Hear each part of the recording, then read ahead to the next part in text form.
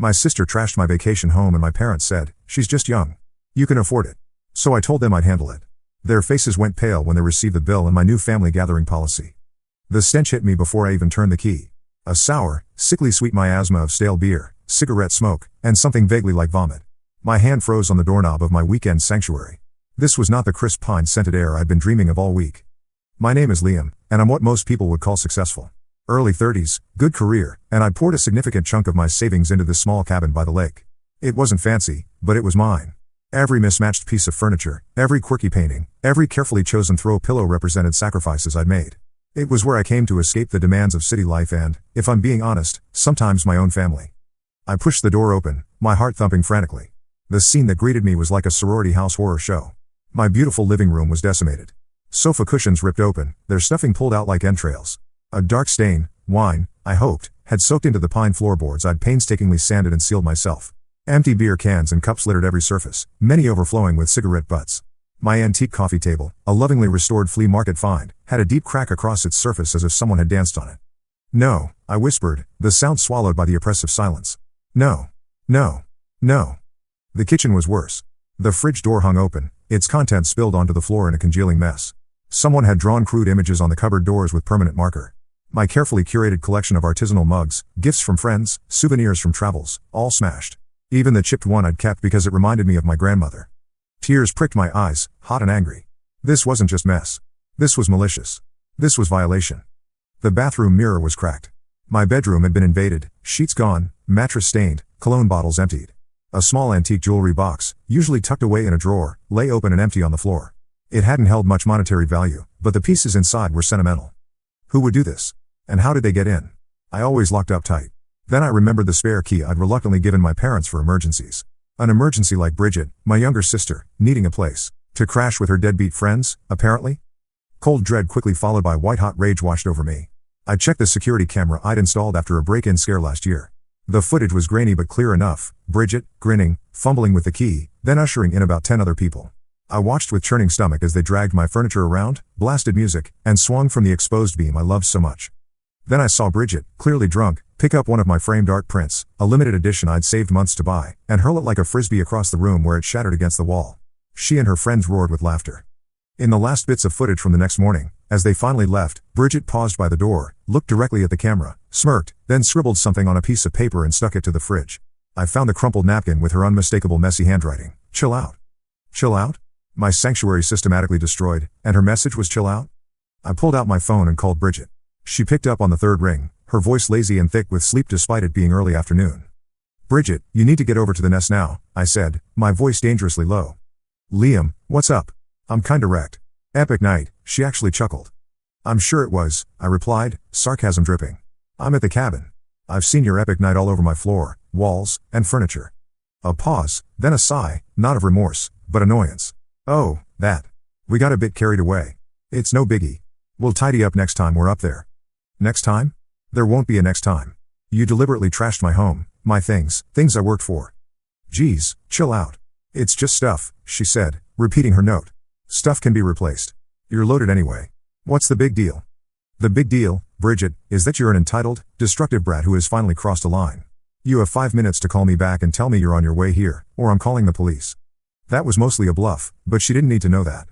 She called back in 7 minutes, after a frantic consultation, no doubt. "I can't come now. I've got plans. But I'm sorry, all right? Seriously. Didn't mean for it to get that out of hand."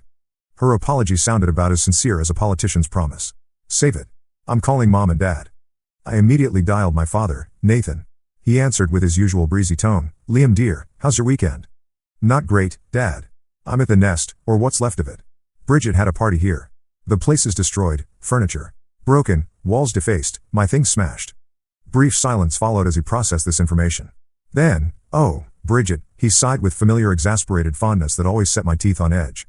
"She's just being young, Liam. Girls will be girls, you know? Girls will be girls?" I repeated incredulously. "Dad, this isn't spilled milk. This is thousands of dollars in malicious damage." I heard my mother, Marcia, murmur something in the background. Nathan continued soothingly, "Well, I'm sure it's not as bad as all that. You always had a flair for the dramatic. You have insurance, right? That's what it's for." My jaw tightened. "Insurance isn't for deliberate vandalism by family members, Dad. And even if it were, there's a deductible, and my premiums would skyrocket. Not to mention the sentimental value of irreplaceable things. Sentiment? He dismissed. Now, Liam, don't make such a big deal out of it. Your mother and I will talk to Bridget. She'll get a stern talking to. A stern talking to? She needs to pay for this. She needs to understand there are consequences. Then came the line that had been the soundtrack to so many of my sister's bailouts. Liam, be reasonable, Nathan said, his voice taking on that slightly martyred tone. You know Bridget doesn't have that kind of money. She's still finding her feet. Besides, his voice brightened as if delivering a perfectly logical solution. You can afford it, unlike her. It's just a bit of mess. You can get it cleaned up and replace what's broken. Probably a write-off for you. My mother finally spoke, echoing Nathan. He's right, Liam. It's unfortunate, but let's not blow this out of proportion. Family helps each other out.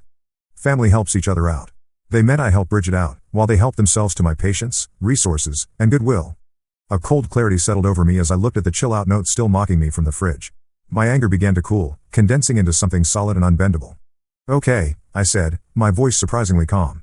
I heard their faint sounds of relief. They thought they'd won again. Don't worry, I'll take care of it. That's our boy, Nathan chirped, all sweetness now that the unpleasantness was seemingly over. We knew you'd understand. Send us pictures later, maybe we can help you find a good cleaner. I pictured their smug, self-satisfied faces, completely misreading the steel in my voice. Right. I'll be in touch. I ended the call. They had absolutely no idea what was coming. The drive back to my city apartment was a blur of simmering rage and dawning resolve. You can afford it, Dad's voice echoed in my head, each repetition chipping away at my familial obligation. Yes, I could afford to fix the damage. I could also afford to teach them a lesson they'd never forget. The first thing I did was dump my ruined weekend bag in the trash.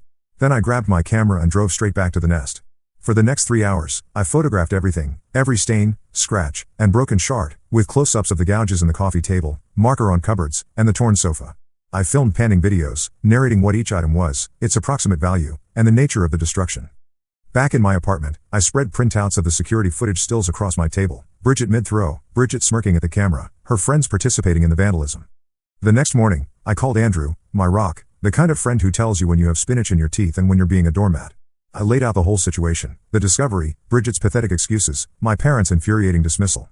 Liam, that's beyond awful, Andrew said, voice tight with anger on my behalf. They expect you to just smile and write a check after she treated your sanctuary like a public toilet? Pretty much, I sighed. Standard operating procedure for the Hayes family, starring Bridget as the golden child and me as the First National Bank of Liam. Not this time, Andrew said firmly. This time, you burn it all down, metaphorically, of course. Mostly. That's the plan, I replied with grim satisfaction. I'm documenting everything. Itemize it. Every single cent. And don't just bill Bridget, bill your parents. They're complicit. They enabled this. They raised her to be this little monster. His words were balm to my frayed nerves. It wasn't just me being unreasonable or overreacting. That afternoon, I started compiling the list. Replacement cost for custom sofa, $12,800. Repair and refinish antique coffee table, if salvageable, $600. New artisanal mugs, 12 at $30 each, $360. Repainting kitchen cupboards, $400. Professional cleaning for biohazards, $500. Replacing smashed art print, $450. The list went on for pages. I researched current retail prices and got contractor quotes for repairs. The total, when finally tallied, was staggering, well into 5 figures. Then I called Ella, a sharp lawyer for my networking group. I wasn't looking to sue yet, but I wanted my demands to be ironclad. She gave me precise legal phrasing for a formal demand for damages, making it clear that failure to pay could result in legal action. She also helped draft an unambiguous new family gathering policy stating that Bridget, Nathan, and Marcia were no longer permitted on any property I owned, for any reason. Any attempt to access said properties would be considered trespassing. The final package was impressive, a thick sheaf of papers with a cover letter detailing the incident and my profound disappointment, the itemized bill with receipts and quotes, glossy photo prints of the worst damage, and the new family gathering policy. I sent identical sets by registered mail to Bridget and my parents. The postal clerk stamped them with a satisfying thud. As I walked out, the city lights seemed brighter. A weight I hadn't realized I was carrying had begun to lift. 2 days later came the email notifications, delivery confirmed. I imagined the scene at their homes, my parents settling in for evening news, Bridget annoyed at having to sign for something. I pictured my father opening the thick envelope, expecting perhaps a check or an emotional letter he could easily dismiss. Instead, his eyes would scan the formal cover letter, the polite but firm tone contrasting with the emotional outbursts he was used to from me. Then the bill, page after page of itemized destruction, each line a testament to his daughter's recklessness and his own willful blindness. Not a few $100s for a cleaner, but a sum to make even their comfortable suburban eyes water. The crystal-clear security footage stills would be particularly damning, Bridget red-handed, her friends' faces visible. No more girls will be girls. This was documented, undeniable. And the family gathering policy, not a suggestion or request, but a formal declaration. Banned from the nest, from my apartment, from any future property, effective immediately. At Bridget's apartment, she'd probably rip open her envelope carelessly, expecting a lecture or demand for token apology payment. The sheer volume of paper would surprise her. She'd scan the bill, eyes widening at the final figure. She'd see herself caught in the act. She'd read banned and trespassing, finally penetrating her thick skull. Her bravado would crumble, replaced by panic. She couldn't chill out her way out of this one. My phone lit up minutes later. Incoming call, Dad. I let it ring to voicemail. Then Mom. Ignored. Then Bridget. Ignored. A new voicemail from Nathan, his voice a torrent of sputtering outrage. Liam. Liam, you pick up this phone right now. What is the meaning of this ridiculous piece of paper? How dare you? After everything, your own sister, this is beyond. I listened for about 10 seconds, then deleted it. My phone started ringing again immediately. I silenced them all. Texts flooded in. Dad, call me immediately. This is unacceptable. Mom, Liam, we need to discuss this. This is not the way. Bridget, WTF, are you serious? You can't do this to me? Bridget again. Mom and Dad are freaking out. Call them. I read them with strange detachment. The panic in their words contrasted with the quiet of my apartment. They were reacting exactly as anticipated. Their world, where I was the ever-reliable safety net, had just been upended. The barrage continued for days. First came outrage, then manipulation. Nathan's voicemails dripped with saccharine-wounded tone. I just don't understand. How could you do this to your family? This isn't like you at all. Is something else bothering you? Right. Because I was clearly the one with a problem. Marcia tried the disappointed but reasonable approach. Liam, your father is very upset. Bridget is beside herself. This bill is just not feasible. Think about the upcoming holidays, about tradition. Bridget's messages were less sophisticated, angry emojis, misspelled accusations, pathetic pleas, you're ruining my life. I said I was sorry. What more do you want? I didn't respond to any of them. My silence seemed to infuriate them more than any argument could have. Then came the flying monkeys. Uncle Valentine left a syrupy message. Liam darling, your father called me. He's terribly worried about this misunderstanding. Bridget made a silly youthful mistake. Your parents are heartbroken. Can't we find a way to forgive and forget for family unity? I texted back briefly, Valentine, thank you for your concern. The matter is between me, Bridget, and my parents. My terms are clear and non-negotiable. His reply was instant, but Liam, family is more important than money or houses. Your father is beside himself. Surely you can bend a little? I didn't respond. Bending a little was how I'd ended up here. Bridget took her grievances semi-public on a family social media platform. Her post was a masterpiece of victimhood, so disappointed in family members who care more about stuff than people. I made a mistake and apologized, but now I'm being treated like a criminal just because he's rich and can bully everyone. Some people have no heart. The audacity. She hadn't just trashed my place and refused responsibility, now she was painting me as the villain. If she wanted to air dirty laundry, I had a whole laundromat full of evidence. She was playing checkers while I was setting up a chess game she couldn't win. As October turned to November, Thanksgiving loomed. Traditionally, it was a big production at my parents' house, with me expected to contribute significantly, elaborate side dishes, expensive wine, hefty financial contributions, sometimes hosting pre-dinner gatherings. This year, however, the bill remained unpaid and my family gathering policy remained in effect. They were stonewalling, hoping the holiday would force my hand. The indirect pressure intensified. Uncle Valentine called again. Liam, your father is trying to plan Thanksgiving and doesn't know what to do about you. Surely you won't let this ruin Thanksgiving for everyone? My plans for Thanksgiving are my own, I replied calmly. The situation with my parents and Bridget is separate. They have the bill and the policy. Nothing has changed. But it's Thanksgiving. He wailed, as if the holiday possessed magical powers of absolution. Then an email from Nathan arrived. Thanksgiving plans. It outlined the usual dinner details, then casually added, Liam, we'll need you to bring your famous pecan sweet potato casserole and cranberry orange relish. Perhaps you could host a cocktail hour at your place around 1 p.m.? It would be lovely to see you and clear the air. No mention of the 5-figure bill. No acknowledgement of the ban. As if my registered letters and photos had been a figment of my imagination, a temporary tantrum they'd benevolently overlook if I came to my senses. Andrew, when I showed him, just shook his head. They're genuinely living in another reality, aren't they? The air is crystal clear, Liam. You've made your position perfectly plain. So what do I do? Make your own Thanksgiving plans, quiet, peaceful, utterly devoid of drama. My place, your place, fancy takeout, sweatpants? The world is our oyster. The thought was incredibly appealing, a Thanksgiving without forced smiles, resentment undercurrents, Nathan's subtle digs, Bridget's entitled whining. Done. My place. We'll order from that amazing Indian place and watch terrible movies. I didn't reply to Nathan's email. My silence was my answer. A week later came another email, this time from Marcia, Thanksgiving contributions. It was shorter, more direct, but equally delusional. Liam, your father is anxious about arrangements. We'll be by your place Thursday morning around 10 a.m. to pick up your contributions. We can all talk then, like a normal family. This has gone on long enough. Not a request, a statement. As if they could just summon me and override my boundaries by sheer force of will. The arrogance was breathtaking. This time I replied with one concise sentence: my policy stands. Any uninvited appearance at my properties will be considered trespassing, and I will act accordingly. The bill for damages remains outstanding. Thanksgiving morning dawned bright and chilly. Instead of the usual frantic rush of baking and packing, my apartment was an oasis of calm. Andrew was already there, curled up on my sofa in fuzzy socks, flipping through streaming services for our terrible movie marathon. Around 10:05 a.m., right on schedule, my apartment buzzer shrieked, not the polite quick buzz of a delivery person, but a long, insistent, demanding blare. Andrew raised an eyebrow. Showtime? Looks like it, I said, a strange calm settling over me. I picked up my phone to record video and walked to the intercom. Yes? Liam, it's us. Open the door. Nathan's voice, sharp and impatient. I'm afraid I can't do that, Dad. As stated in my email, uninvited appearances are not welcome. Don't be ridiculous, Liam. It's Thanksgiving. We're here to pick up your contributions and talk, Marcia chimed in. There are no contributions. And we have nothing to discuss until the bill is settled. A frustrated sigh from Nathan. Liam, open this door right now or I swear. I walked to the door, phone still recording, and peered through the peephole. There they were, Nathan, Marcia, and lurking behind them, looking sullen and uncomfortable, Bridget. I opened the door a crack, security chain firmly in place. In my other hand, I held the family gathering policy and a cease and desist letter. What part of uninvited and trespassing was unclear? I asked, my voice quiet but firm. Nathan pushed forward. Don't you take that tone with me, young man. We are your parents. You will let us in, and we will sort this nonsense out. He actually tried to push the door further, rattling the chain. No. You are not coming in. This is my home. Your presence here after being explicitly told not to come is trespassing. Marcia tried a different tactic, her voice softer. Liam, please. Think of your father, of the family. Don't do this. This isn't you. You have a good heart.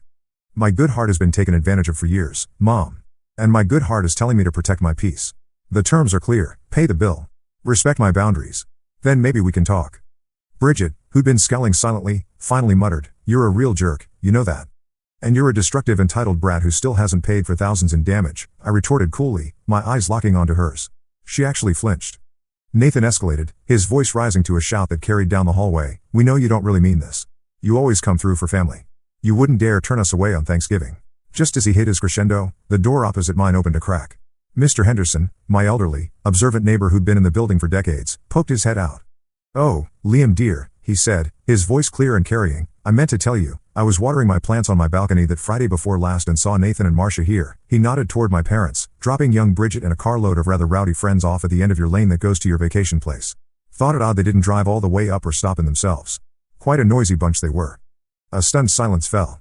My parents froze. Nathan's mouth snapped shut. Marcia's face went from stern to pasty gray. Bridget looked like she wanted the floor to swallow her.